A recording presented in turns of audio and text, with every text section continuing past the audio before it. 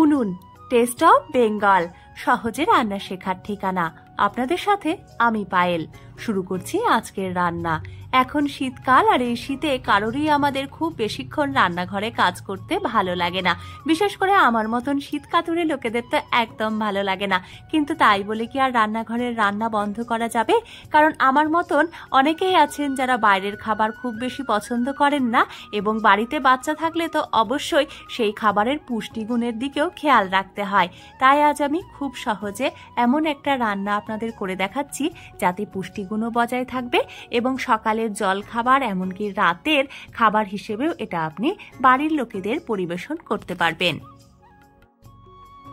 শীতকালে অনেক রকমের সবজি পাওয়া যায়। আপনারা আপনাদের পছন্দ মতন সবজি নিয়ে নেবেন। আমার বাড়িতে যে সবজিগুলো ছিল সেই সবজিগুলো নিয়েছি, আর তার সাথে নিয়েছি চাল এবং মুসুর ডাল। আসলে আজ আমি রান্না করতে চলেছি মুসুর ডাল দিয়ে সবজি খিচুড়ি।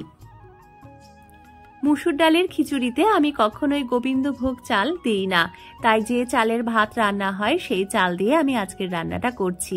এখানে 1 কাপ চালের জন্য হাফ কাপ ডাল আমি নিয়েছি, আর সবজি নিয়ে নিচ্ছি প্রয়োজন অনুযায়ী। খিচুড়ি যে শুধু তাড়াতাড়ি রান্না হয়ে যাবে তা নয়, বা খিচুড়ি খেতে সুস্বাদু শুধু এটুকু বললেও কম হয়। খিচুড়ির উপকারিতা শুনলে কিন্তু আপনিও চমকে যাবেন। বলছি আমি ধাপে ধাপে। তবে প্রথমেই আপনারা দেখুন, কড়াইতে অল্প একটু তেল গরম করে আমি সবজিগুলো ভেজে নিচ্ছি। আর মুসুর ডালের খিচুড়িতে একটু পেঁয়াজ দিলে ভালো লাগে, রসুনও দেওয়া যেতে পারে।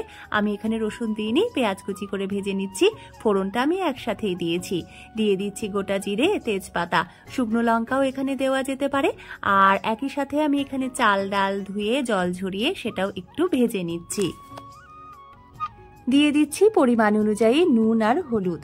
খিচুড়ি প্রোটিন ও কার্বোহাইড্রেটের সমতা রক্ষা করে, এজন্যই খিচুড়ি হচ্ছে পরিপূর্ণ আহার। খিচুড়ি এক্ষেত্রে এতটাই পুষ্টিকর খাবার যে চিকেন স্যুপের পরিবর্তে কিন্তু অনায়াসে খিচুড়ি খাওয়া যেতে পারে। চটজলদি রান্না করার জন্য আমি প্রেসার কুকার ব্যবহার করছি, আর পরিমাণ মতন জল দিয়েছি। জল ফুটে উঠলে কিন্তু আমি প্রেসার কুকারে হালকা আঁচে দিয়ে দেব 4 থেকে 5টা হুইসেল, যাতে চাল এবং ডাল ভালো করে সেদ্ধ হয়ে যায়।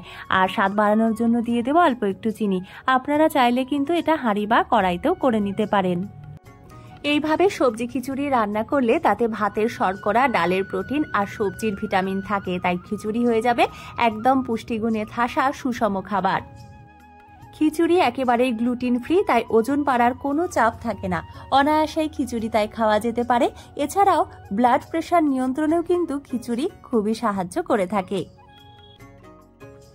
খিচুড়িতে থাকা বিভিন্ন পুষ্টিকর উপাদান আপনার শরীরের এনার্জির মাত্রাকে কিন্তু দ্বিগুণ বাড়িয়ে তুলতে পারে।